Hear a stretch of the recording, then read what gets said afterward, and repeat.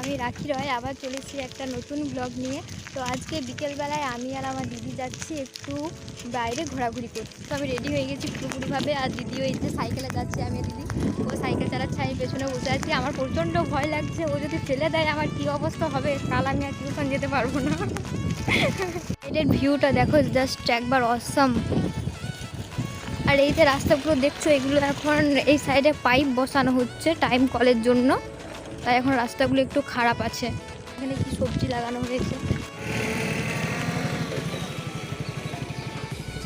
সাইকেলে চেপে আছি আর দিদি আমায় চড়ে নিয়ে যাচ্ছে। আরেকটা পুকুর আছে, এই পুকুরটাও খুব বড়। আসলে এটা আমাদের গ্রামটা নয়, এটা পাশের গ্রাম। এর দিক থেকে একটা ব্রিজ পাওয়া যায়, এখান দিয়ে হাই রোড দিয়ে যাব ব্রিজটাতে। ওই হাই রোডের ব্রিজে ওখানে একটা পুকুর, ওই সাইডেও একটা পুকুর। আর এই জায়গাটা বট গাছ, এত বড় বট গাছটা। এখানে এখানে শুনেছি নাকি ভূত থাকে, একদিন রাতে এসে দেখতে হবে এখানে ভূত থাকে নাকি থাকে। আমরা হাই রোডে উঠে গেছি এখন, আর এই যখন দেখো পিছনের রাস্তাটা, আর আমি আর দিদি যাচ্ছি রাস্তায়। আর চারিদিকে রাস্তায় এই পাইপগুলো দিয়েছে এখন, এই পাইপগুলো এখন রাস্তায় রাস্তায় লাগানো হচ্ছে, যাতে ঘরে ঘরে টাইম কল বসানো হয় তার জন্য। আর আমাদের গ্রাম সাইডের ভিউ দেখো, চারিদিকটাই সবুজ একদম। আর এই যে এই ব্রিজটারই কথা বলছিলাম আমি, এই ব্রিজটা দেখে নাও, এই ব্রিজটারই আসার কথা। এখানে একটু ফটোশ্যুট আর একটু ভিডিও বানাবো আর একটু মজা করব।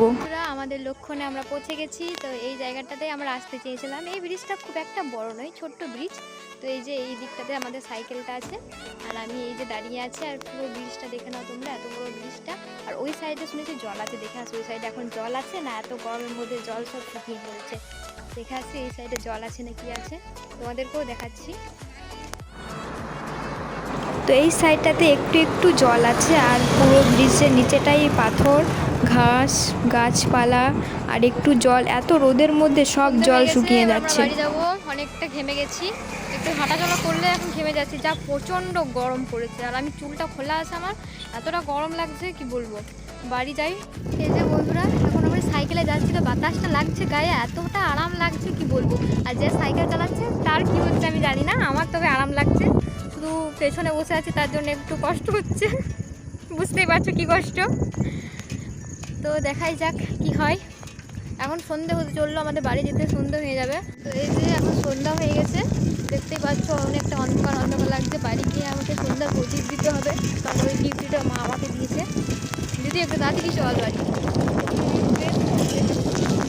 বলে কি আমি প্লেন দূরে চলে যাবো, তা তাড়াতাড়ি তো যেতে হবে আমাকে, বাড়ি গিয়ে সন্ধ্যার প্রদীপ দিতে হবে।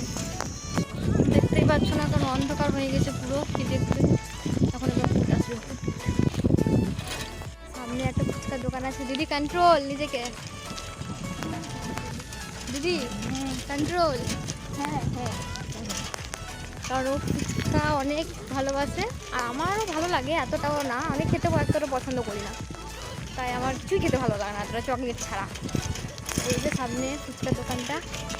আমাদের মনসা মন্দিরের সন্ধে পড়ে গেছে। আর বারে বারে একই সুরে প্রেমী তোমায় কাঁদায়, তবে প্রেমিকা কোথায় আর প্রেমী বা কোথায়, তারপর আমি আর জানি না। এখন আমরা বাড়ি চলে এসেছি, আর মা সন্ধ্যা দিচ্ছে। এখনো দোকানে কেউ আসেনি হয়তো, তাই মা সন্ধ্যাটা দিয়ে দিচ্ছে। এখনই আমাকে বকাবকি শুরু করবে যে এত লেট কেন করলাম, কারণ সন্ধ্যে দেওয়ার ডিউটিটা আমারই। ব্লগটা এখানেই শেষ করছি, দেখা হবে তোমাদের সাথে পরের ব্লগে একটা। তো ততক্ষণের জন্য সুস্থ থাকো, ভালো থাকো, আর আমার পাশে থাকো। আর আমার এই ভিডিওটা যদি ভালো লাগে তাহলে লাইক করো, শেয়ার করো আর কমেন্ট করো। টাটা সবাইকে।